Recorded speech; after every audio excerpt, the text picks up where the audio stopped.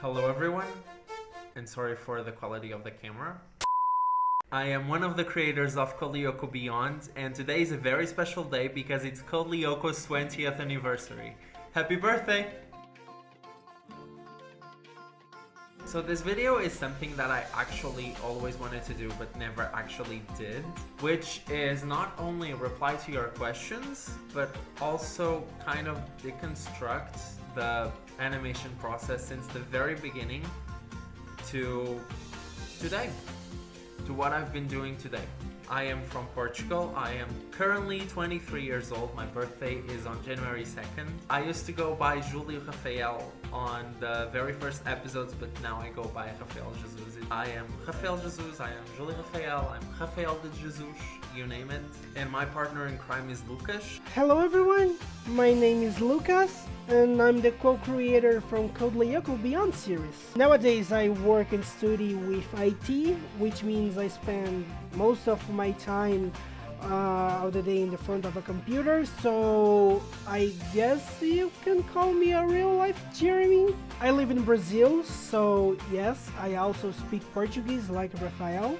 Lucas and I met when we were translating EFSL.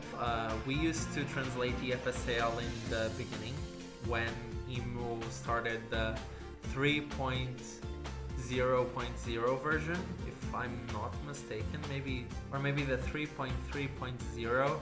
It's somewhere near the very early versions in Unity.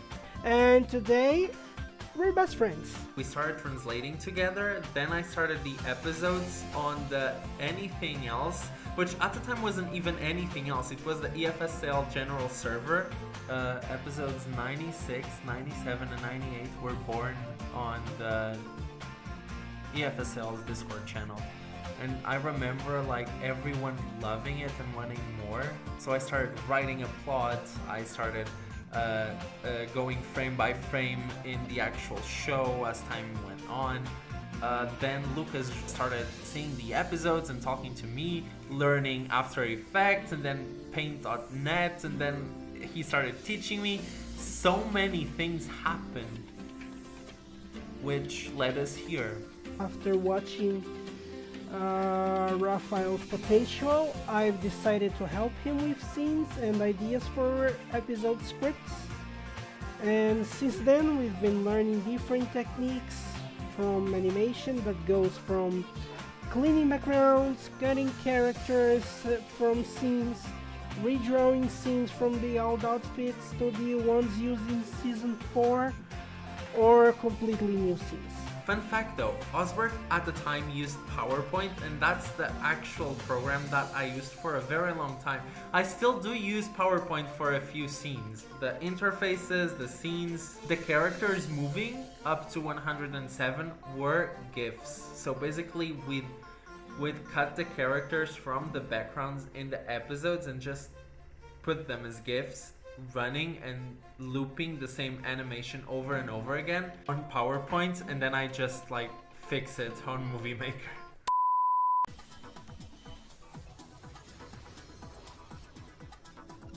So, episode 102 is the very first episode that I tried to do new scenes, and you can actually see that I did this in PowerPoint. Yumi and Odd are GIFs. The lightning in season 4 is slightly darker than the lightning in season 3, so I tried to use a general skybox of the ice, and then I tried to cut them as best as I could in PowerPoint. But you can actually see here on Yumi's hand that it's like fading away, and Odd's hand is actually not completely visible because these are just two GIFs slapped together in PowerPoint to make this scene, which to be honest still holds pretty consistently.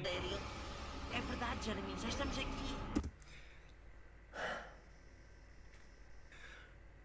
This scene was actually also done on PowerPoint, but it actually took me a very long time to be able to do it. At the time, this was my best, and my best was awful. Because Odd is slapped together on Yumi's scene. But the lightning was completely different. The GIFs had different timings. And I couldn't fix this on PowerPoint. My only solution was like have a 2-minute video looping until they would somehow match. Something brand new happened in episodes 104 all the way up to 107. Lucas started to learn how to use After Effects, and he also taught me. And what we did for those episodes, besides everything that we also were doing in the past episodes using PowerPoint and creating interfaces on PowerPoint, Lucas learned how to cut the characters from the original backgrounds and place them in ours. I think from all the episodes, the one that showcases this really well is 104, especially with Alita walking straight up from episode 78. And I think that episode has the most reused scenes taken from the episodes because we were completely excited by that tool, to be honest. Then, episode 108 came along. The original one, not the one that was actually released to the public. I tried to do new animations with Lucas for that one, but I felt like they weren't good enough. And I ended up going to university around that time. Lucas was working as well, and because of that, we decided to pause the development of the episodes and focus on the university project and Lucas in his work. And we would instead try to recreate the first 3 episodes of Code Lyoko Beyond because they were made for fun and they were outdated. The story didn't make much sense, at least plot-wise, the way they were developed. So we wanted to try and remake them before going back to 108, and it was the best decision that could ever happen. We learned how to create the characters, to actually animate new scenes. We improved on After Effects. We learned how to make way better interface scenes, and I'm really proud with that decision. It's kind of crazy how much this project means to me now, and the people that it brought to my life. Even the people in my Discord server, the people from Code Lyoko Beyond Discord server, they are part of my life because I talk to them almost every day. Nep, Ethernet, Grayskim, Raid, Nathul, Cosmic Glare, Brave, Hope, Cecile. And not only them, but the people that helped the series get here, even people I don't talk to anymore, they were still responsible for making Code Lyoko Beyond a possibility. Batu, David, Majomist, Jacopo, Alex Mario, Admin Productions, J Extras, Imu, Osberg, Lucas. They made this possible. So I have to thank them above all for everything that they did or are doing. If you're still watching this, it's because you're hopeful that I'll share something regarding Season 6, correct?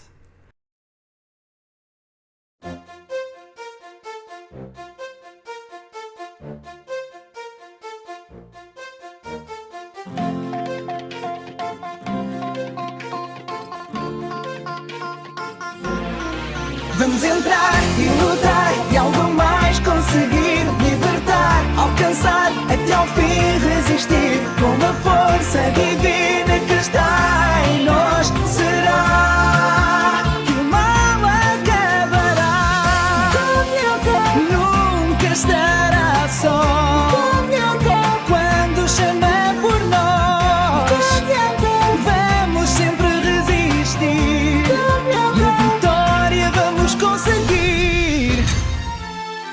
Yes, what you just saw was the opening of Season 6, created by Batu. Thank you so much, Batu. And unlike Season 5, which had like 7 different openings, Season 6 will only have one, even if I ended on 2049 or whatever. And now it's time to answer your questions. I made a Discord channel in my Discord server in which people could put out questions and I would reply to them. Rain asks, coffee or tea, do you have any pets? Show them. Me pretending I do not know Mia. Hello Rain, how are you? I have never seen you before.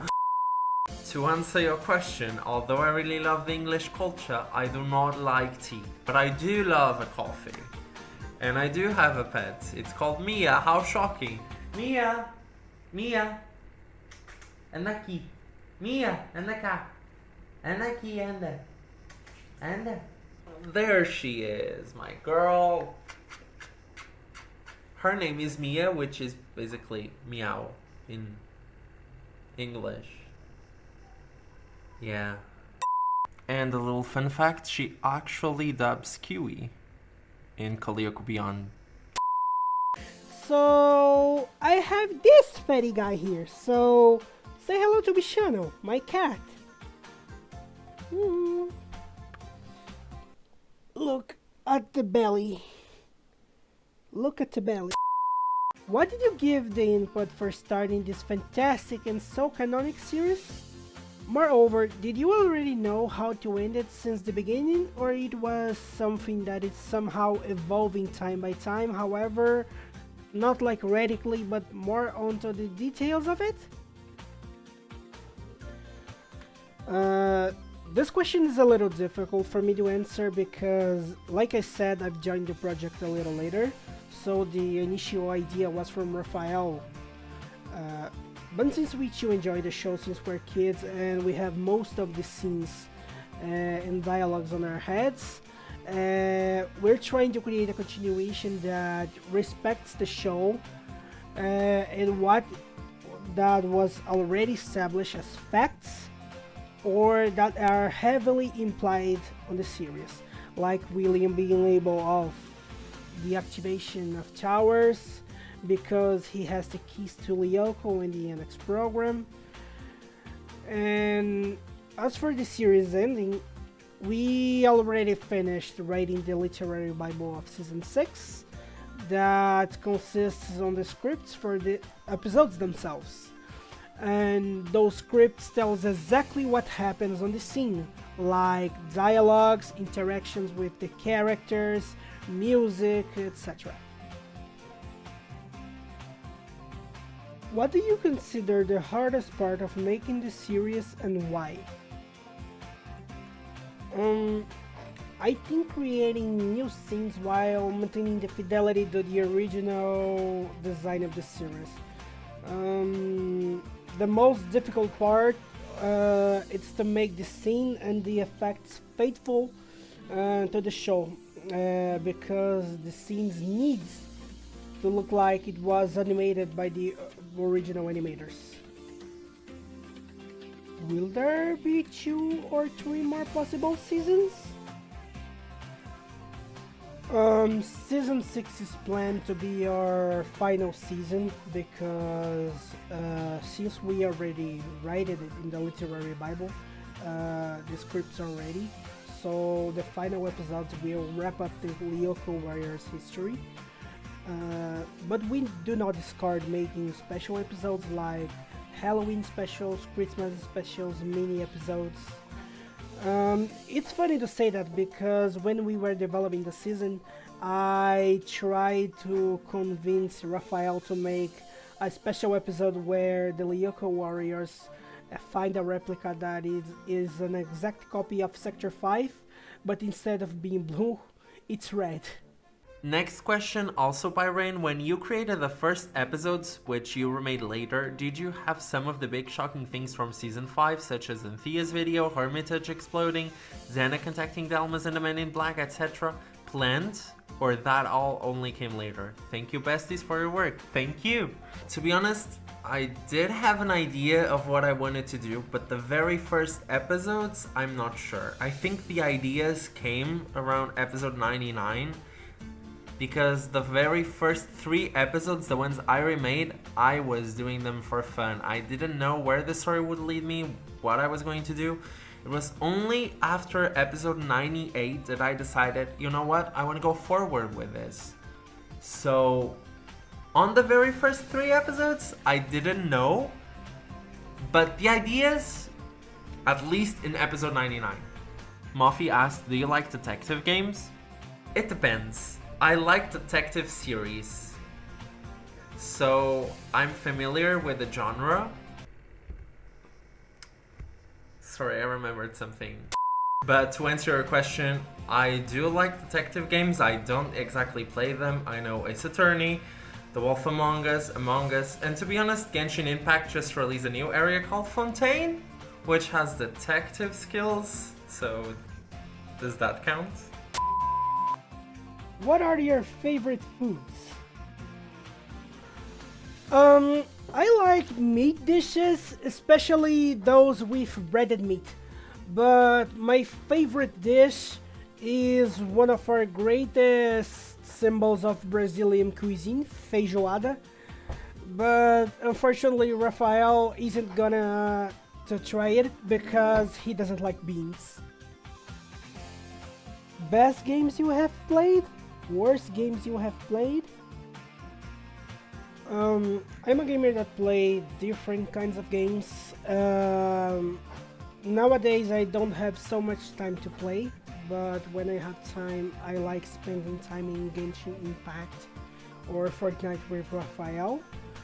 But some of my favorite kinds of games are RPGs, card games like Yu-Gi-Oh!, FPS like Fortnite, and the kind of games that I don't like very much are the games that we have to wait for something to happen, that are not fast-paced, like turn-based games that are not card games. Like, for example, Honkai Star Rail that released a couple of months ago.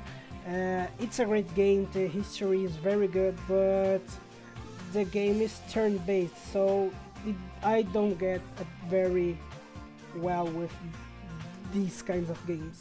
So, Lucas, how old are you? Actually, I'm 24 years old. I met you back in 2016 when I was 17 years old, and we started working together on EFSCL. And you? I am 23 years old. Nice. Nice. Celso, fala mais alguma coisa, meu Deus do céu! Pera.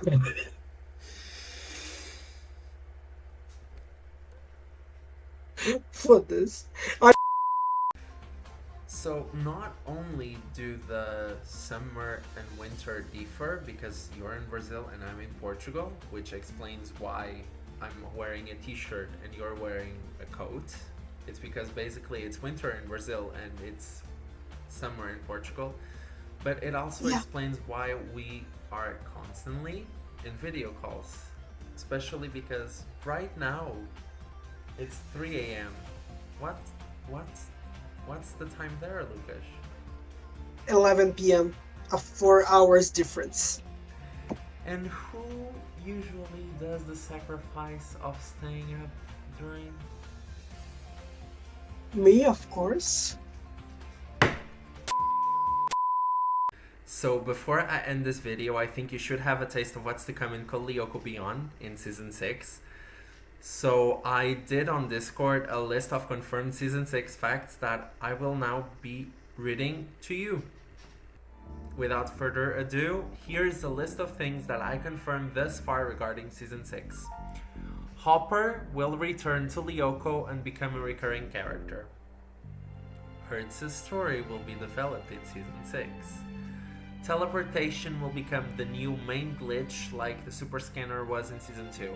Xena will exploit and create possible bugs in the limitations of the program, creating some nerve-wracking challenges.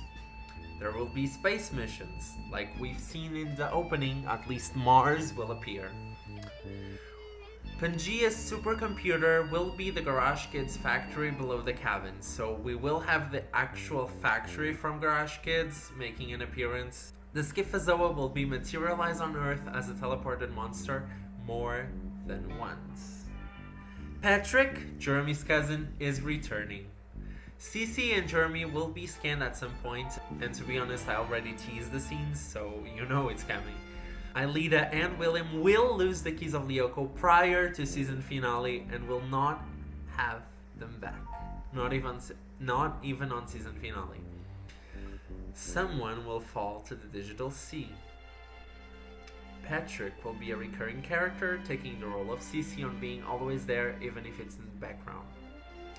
Cece is a main character in Season 6, already confirmed, because she's in the opening. Tylea is coming back as a recurring character, although not as prominent as Patrick. She and Aelita will become good friends. There will be a similar episode to episode 24, but the Lyoko Warriors will be aware they are in a simulation bubble.